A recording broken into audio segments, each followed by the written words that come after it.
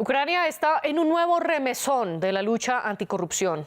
El pasado domingo, el presidente Volodymyr Zelensky hizo el mayor cambio que ha hecho hasta ahora durante la guerra en el Ministerio de Defensa y habló de que la cartera debía tener un nuevo rumbo.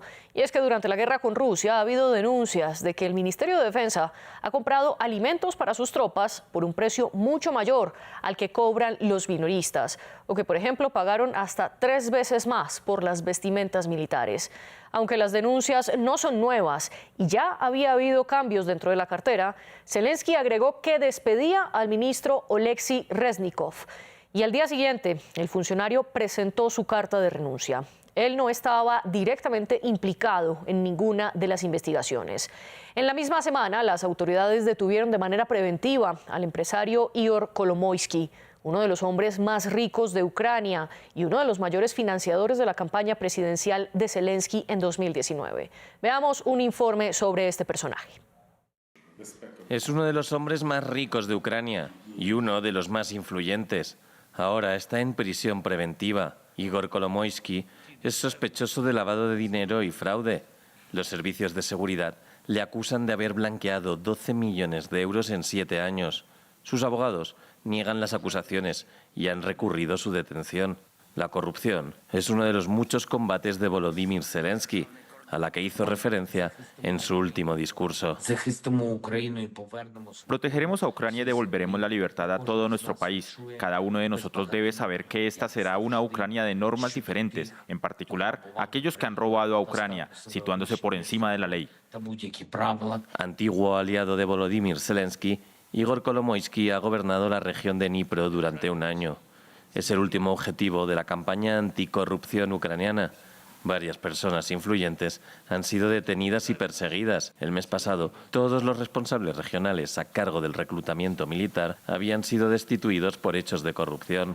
Para Kiev, Ucrania debe mostrar transparencia en su lucha contra el dinero sucio en el marco de su candidatura a la Unión Europea. También es una forma de tranquilizar a Estados Unidos, inquietos por la utilización de millones de dólares enviados durante la guerra contra Rusia.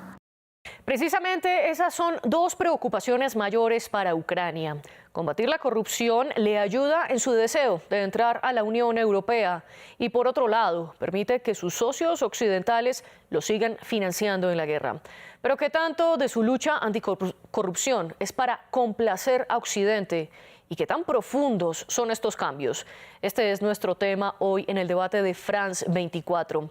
Y para ello nos acompañan 3 invitados. En nuestro estudio en Bogotá está Jesús Agreda Rudenko, internacionalista y profesor del Departamento de Relaciones Internacionales de la Facultad de Ciencias Políticas de la Universidad Javeriana. En Lisboa está Felipe Vasconcelos Romao, profesor de la Universidad Autónoma y también profesor invitado en la Universidad ORT de Uruguay. En Ciudad de México está Talia Iscan, especialista en seguridad y política internacional. Bienvenidos, gracias por estar aquí con nosotros en el debate. Una bienvenida que, por supuesto, extiendo a toda nuestra audiencia.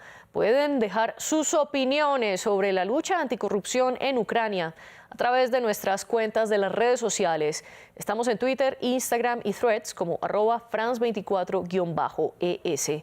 Y pueden comentar con el hashtag #eldebatef24. Yo recibo sus comentarios en mi cuenta personal @mariaclaguirre.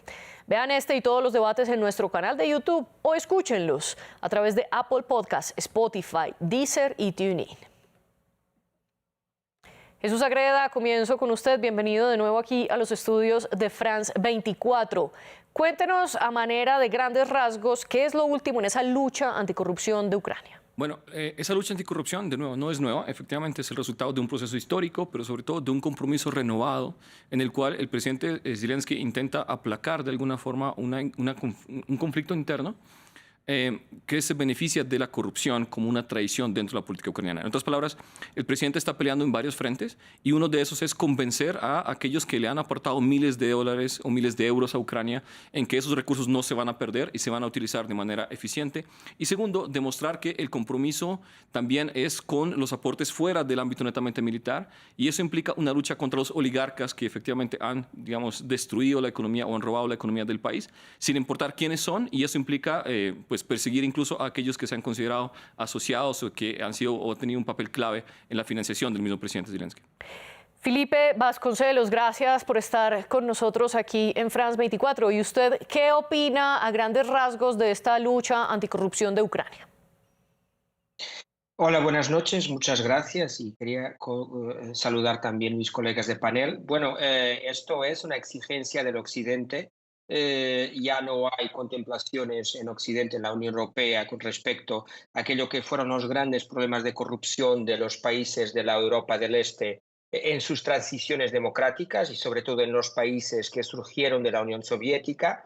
Zelensky está un poco en transición entre estos dos mundos, entre un mundo que viene y que venía hasta 2 años atrás de este desmantelamiento de la Unión Soviética con todo lo que fuera la política de privatizaciones aceleradas a inicios de los años 90, con un problema que se prolongó a lo largo del tiempo en las 2, 3 décadas siguientes, y ahora con los efectos de la guerra tiene que complacer Occidente y tiene que estar y cumplir con metas, con objetivos que son exigidos sobre todo por la Unión Europea para la entrada como miembro de pleno derecho o para acceder a sus políticas y beneficios de políticas de vecindad. Y en ese contexto es esa la lucha de Zelensky actualmente, una vez que estos dos mundos son casi incompatibles entre sí. Talia Iscan, voy ahora con usted de nuevo. Bienvenida aquí a France 24, en este caso para el debate. ¿Qué opina usted sobre esta lucha anticorrupción de Ucrania? ¿Es para combatir lo que internamente se considera como una traición o es para complacer a Occidente?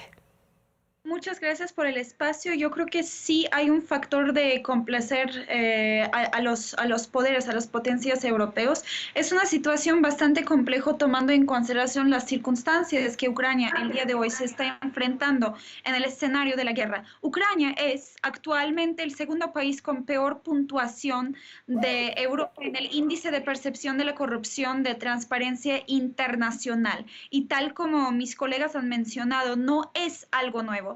Entre los años 2013 y 2014, miles de personas estaban en la calle protestando en contra de la corrupción. El día de hoy estamos hablando de un aumento de 40-60% de la opinión pública que consideran que no es justificable el tema de la corrupción en Ucrania. Entonces, estamos hablando de un tema interno, pero también involucra el actor europeo, ¿no?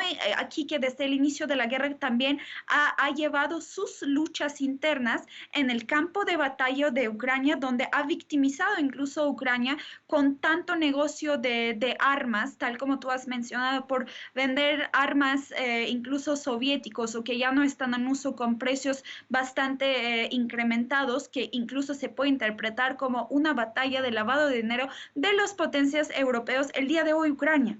Entonces aquí hay dinámicas bastante complejas. Claramente está la presión que Ucrania lleva para poder ingresar, pero también hay que tomar en consideración que entre 7 requisitos hasta la fecha Ucrania solamente ha cumplido con los 2, y ahorita no únicamente estamos hablando del escenario de la guerra, sino también la corrupción. Y claro, yo creo que aquí el recurso de caos también ha sido Europa y Estados Unidos principalmente para causar estos problemas en todo ese negocio de armas.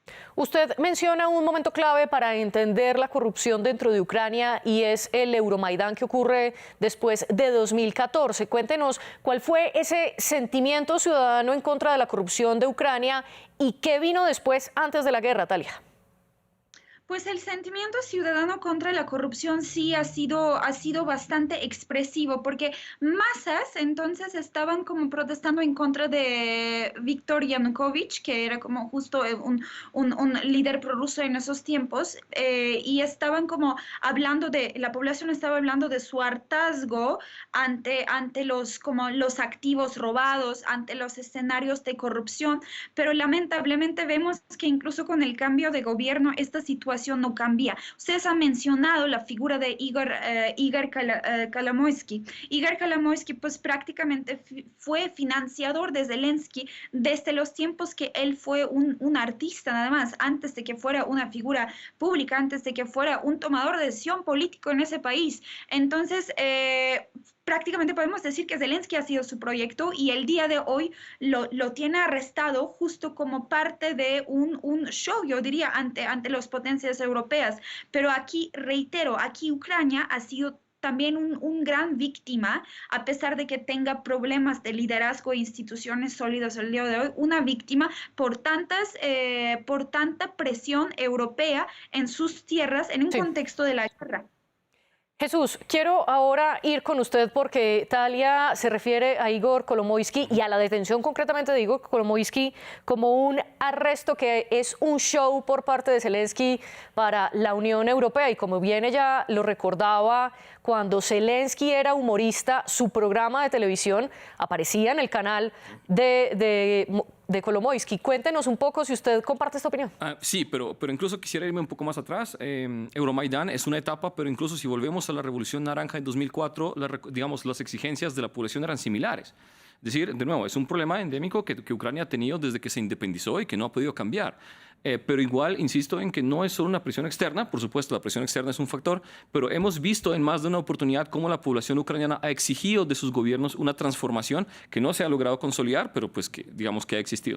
Ahora, en cuanto al asunto Kolomoisky, sí, efectivamente, Kolomoisky fue la plataforma para la visibilización de lo que eventualmente será un candidato y por esa misma razón no se esperaba pues que efectivamente terminara siendo al menos acusado. No sabemos si condenado, pero sí acusado.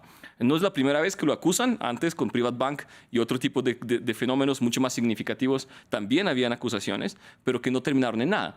Entonces, lo que estamos esperando ahora es que justamente a ver si esta acusación, nueva acusación, genera algún resultado para mostrar como algo real y no simplemente para tratar de quitarse de encima una presión que podría ilustrar a corto plazo una transformación en la corrupción del país o en la lucha entre corrupción del país. ¿Y qué implicaciones traería para usted este arresto para la política de Zelensky? Porque al fin y al cabo es arrestar a uno de sus aliados. Por supuesto, solo que ha habido una separación en los últimos meses, incluso, ¿por qué no en los últimos años?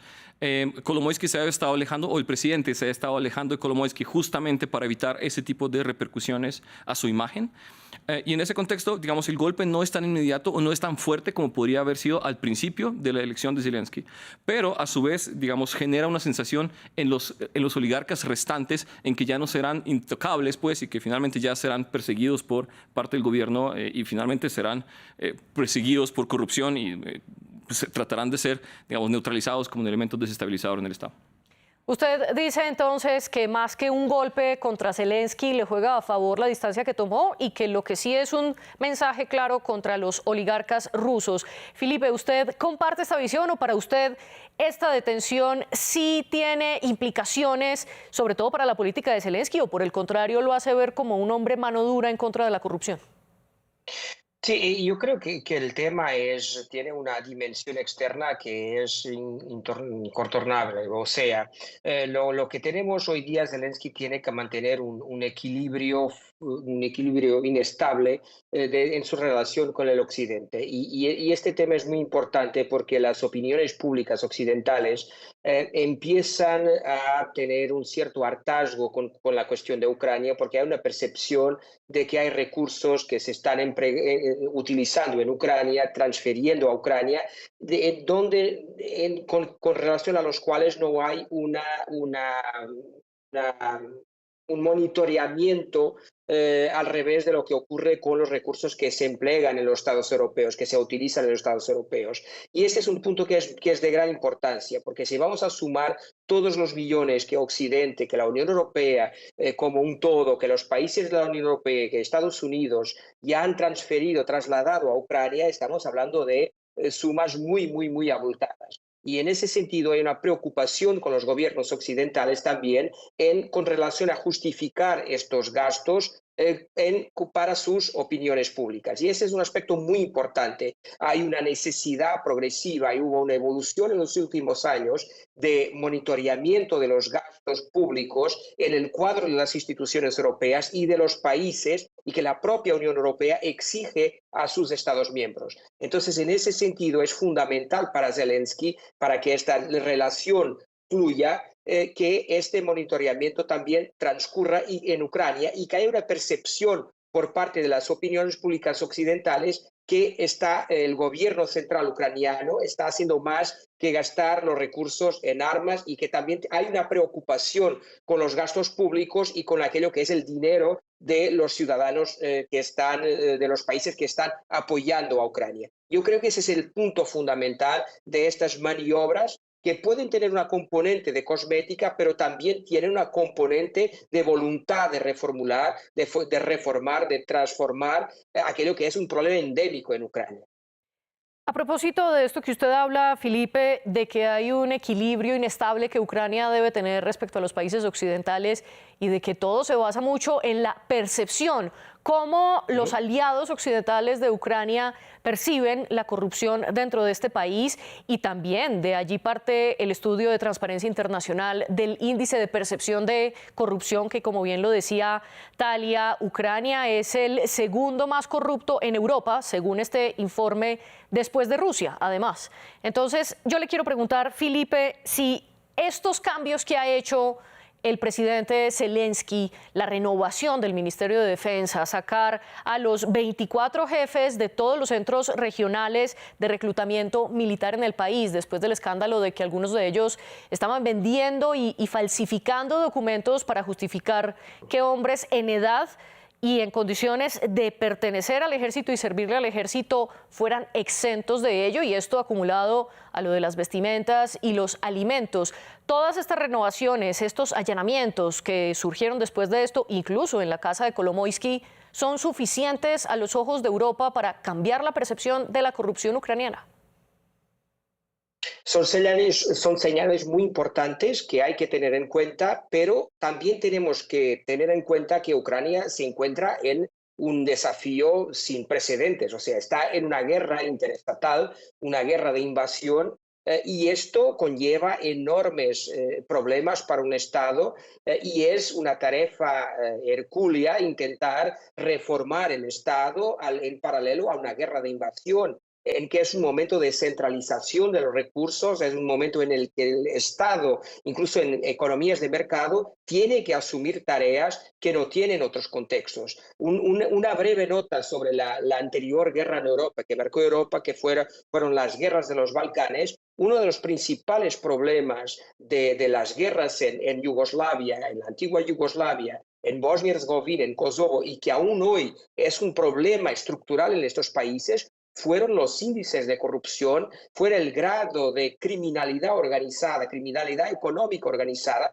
en torno del negocio de la guerra, porque la guerra es un negocio. Ucrania tiene en este momento, partiendo en su dirección, está recibiendo volúmenes inusitados de capitales que, por supuesto, son una tentación para las élites económicas privadas y públicas del país. Y este es un punto muy importante. Ucrania era un país pobre en el contexto europeo, y en este momento está recibiendo grandes cantidades de dinero y de material y de apoyo occidental. Por eso, en ese sentido, la oportunidad y la posibilidad de negocios ilícitos es muy amplia. Y es una tarea muy difícil para un gobierno que tiene que hacer frente a la invasión, una invasión totalmente ilegítima, ilegal, criminal por parte de su vecino, a la vez a un gobierno tener que hacer frente a la lacra de la corrupción. Y este es un enorme desafío para Zelensky.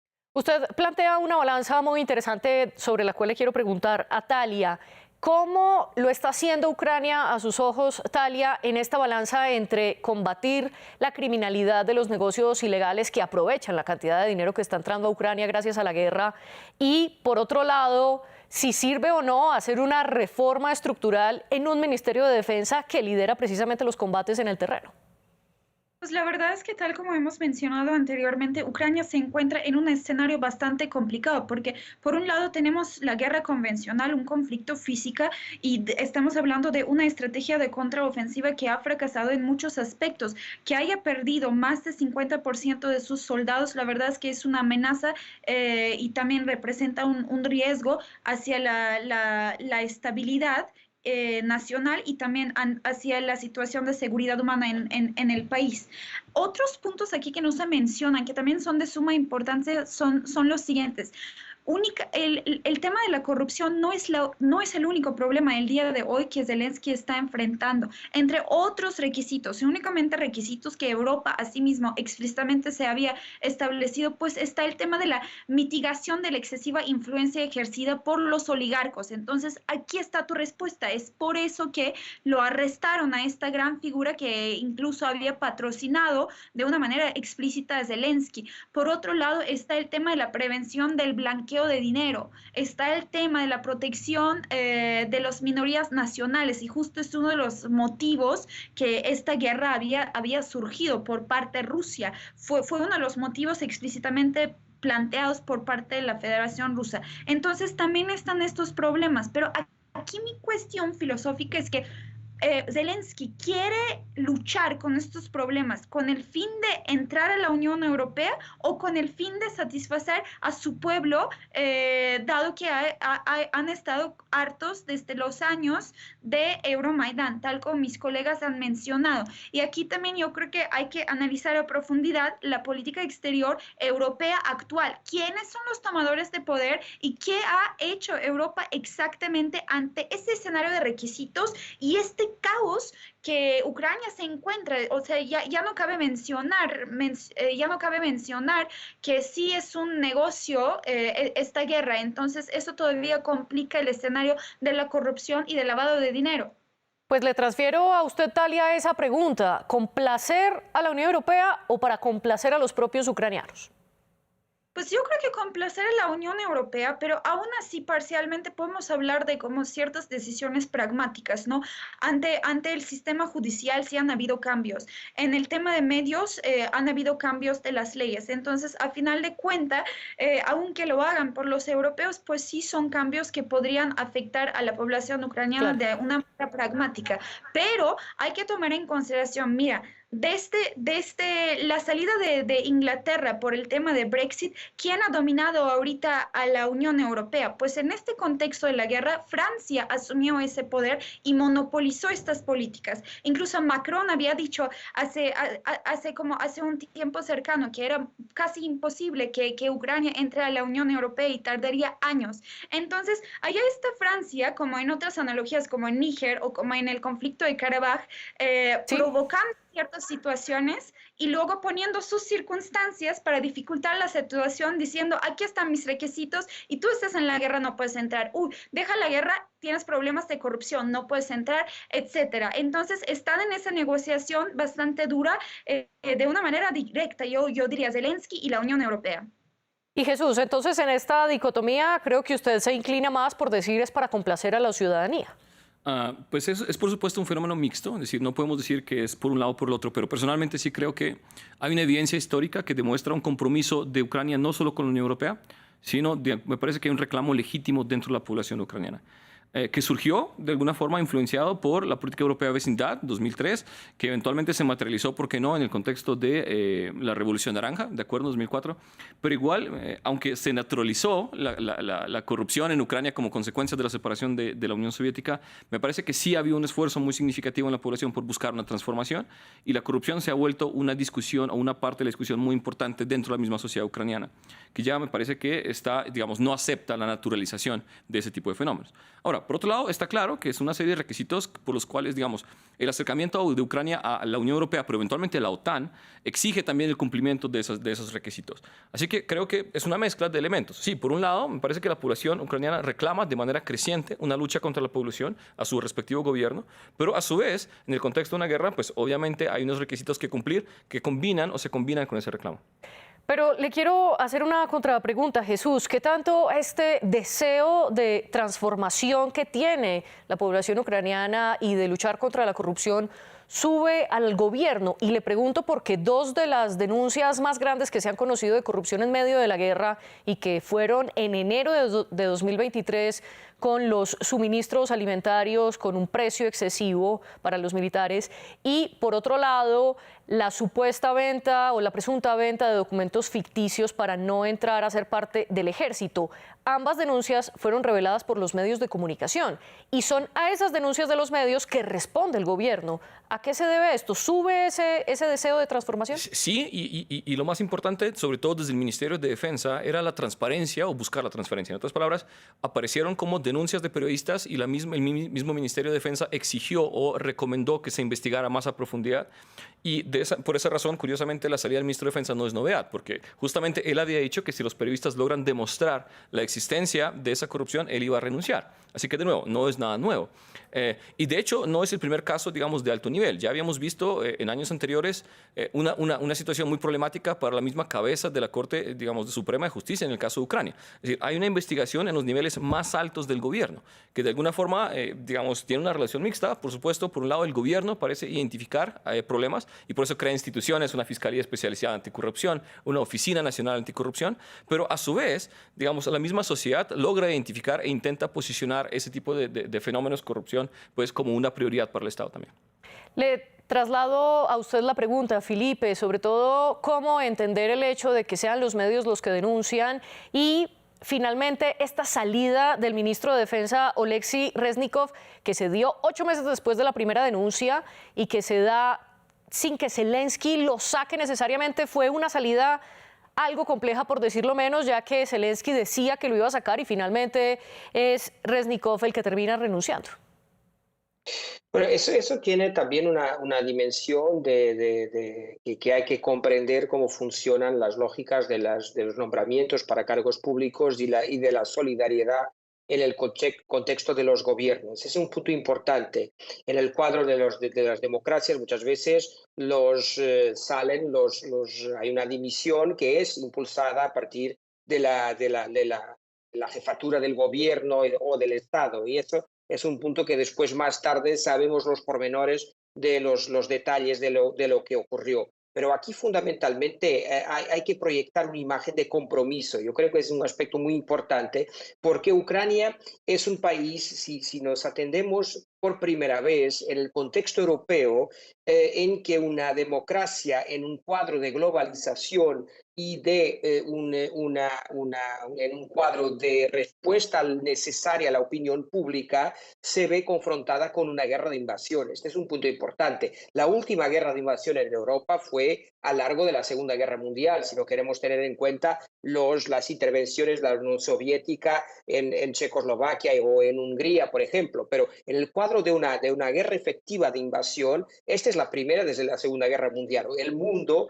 y sobre todo el cuadro de las democracias que existen actualmente son democracias de una maturidad y de un control y con elementos de control por parte de la opinión pública que no existían hace 70, 80 años. Y ese es también un gran desafío para Zelensky, es cómo poder complacir, cómo poder responder a sus opiniones públicas y a la vez a los llamamientos de la comunidad internacional para que el Estado ucraniano se vaya regenerando y hacer una transición democrática interna y con proyección al exterior en un cuadro de una invasión. Yo creo que no debemos aislar el fenómeno, el problema enorme que Ucrania atraviesa en este momento, el contexto inusitado y que no tiene precedentes desde los años 30, 40 del siglo XX, para un país que tiene a la vez que responder a desafíos en un contexto de globalización, de redes sociales, de exigencias por parte de la opinión pública y de los medios de comunicación.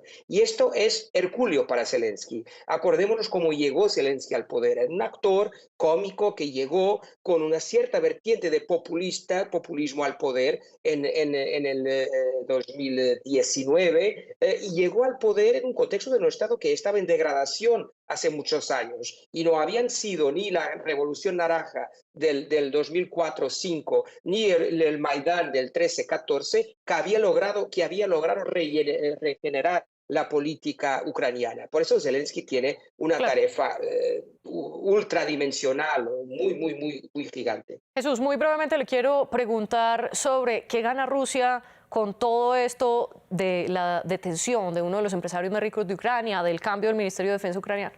Es un golpe, primero que todo, de alguna forma, a la credibilidad. Es decir, Rusia insistió en que el gobierno ucraniano es muy débil, que es una construcción, y de alguna forma va a utilizar sin duda este tipo de fenómenos para sustentar su posición. Es decir, Ucrania efectivamente es un país corrupto y Occidente se compromete con un aliado corrupto en la lucha contra un país justo como Rusia, según Rusia, por supuesto. Entonces, digamos, ayuda a crear o sembrar esas semillas de duda entre los aliados de Ucrania en torno a los fondos. Y por esa misma razón, Rusia responde de manera muy radical. Ucrania responde de manera muy radical, es decir, hay un cambio de ministro de defensa en plena contraofensiva, de nuevo, que de alguna forma evidencia un compromiso muy serio. Y segundo, hay una detención contra uno de los aliados políticos históricos más importantes del presidente. Así que Rusia va a aprovechar para generar una sospecha y Ucrania responde de manera muy tajante para rechazar lo más rápido posible y de manera más convincente posible esas amenazas. Ahora sí nos acercamos ya a las conclusiones de nuestro programa. Les voy a pedir que muy brevemente puedan encapsular todo lo que hemos hablado en su conclusión de cómo entender esta nueva ola, por decirlo de alguna manera, de lucha anticorrupción en Ucrania. Talia, comienzo por usted. Pues para concluir, la lucha anticorrupción en Ucrania no es un fenómeno nuevo y lamentablemente no es único requisito para que el día de hoy Ucrania entre a la Unión Europea. Pero más allá de eso, tampoco es el único problema que la población ucraniana el día de hoy tiene, ¿no? Evidentemente tenemos y estamos enfrentando el escenario de la guerra. Y pues la verdad es que la salida de Alexei Reznikov en esta cuestión sí fue una reacción bastante drástico en la mera guerra, pero también hay que tomar en consideración que estamos hablando justo de un momento de hartazgo donde incluso las grandes potencias de la Unión Europea y Estados Unidos empezaron ya de una manera explícita criticar a la contraofensiva diciendo, pero ya, ¿cuándo y cómo? Mientras que desde primavera Zelensky estaba dando ciertos discursos motivacionales y de heroísmo ucraniano, mientras que no ha habido muchísimo avance. Entonces yo creo que sí es una reacción drástica para decir, a ver, sí, ya estamos tomando precautela y pues claramente frente a los ojos de todas las grandes potencias para comprobar ciertos como valores que ellos están promoviendo. Y pues claramente por otro lado tenemos el factor de Rusia que ha mantenido firme con sus políticas. Entonces yo creo que esto no es un momento muy pragmático para Ucrania, para que se mantenga sólido dentro de sus instituciones y evite de una manera completa la corrupción, porque se requiere una solución duradera y a largo plazo, pues para poner fin a este tema. Y sin esto, primero, sin fin de la guerra y segundo, sin fin de la corrupción y otros problemas que ya hemos mencionado, será casi imposible que Ucrania entre a la Unión Europea o a la OTAN. Simplemente se va a quedar ese discurso como una herramienta de control y manipulación por parte de los países occidentales en el campo de batalla ucraniana. Felipe, muy brevemente su conclusión. No, en línea de lo que comentaba Talia, este aspecto es importante, la efectividad y la noción de éxito en términos de aquello para el cual los occidentales están invirtiendo es fundamental en este contexto. O sea, si hay una percepción por parte de las opiniones públicas de Occidente de que su inversión está logrando éxitos, está produciendo resultados, esto disminuye la presión sobre Ucrania. O sea, si la famosa contraofensiva va a producir resultados, hay una percepción por parte de Occidente de una proximidad, de una posición más favorable para Ucrania negociar, y esto produce en la opinión pública una percepción de que su inversión a la vez está produciendo resultados. Si esto se mantiene en un contexto de un suceso relativo o incluso de un fracaso, esto va a llevar a un aumento de la presión. Y sobre todo hay que tener en cuenta, es un último punto que es importante, la propia dinámica interna de Estados Unidos de América. O sea, hay una eminencia hoy día de un regreso de Trump al poder dentro de un año y medio que puede alterar totalmente la dinámica en Ucrania y puede cambiar el ímpetu de inversionista de Occidente en Ucrania. O sea, Zelensky tiene que hacer un esfuerzo en los próximos tiempos, aprovechar el próximo año y medio para poder producir resultados y de esta forma lograr justificar para las inversiones, con sucesos, las inversiones que Occidente está haciendo en Ucrania, y para que a su vez los gobiernos de Occidente puedan presentar resultados a sus opiniones públicas. Jesús, y muy brevemente su conclusión. Muy bien, efectivamente, digamos, no es un fenómeno fácil de resolver. Creo que Ucrania está enfrentando un reto titánico, es decir, está luchando una guerra, a su vez está tratando de recomponer un Estado.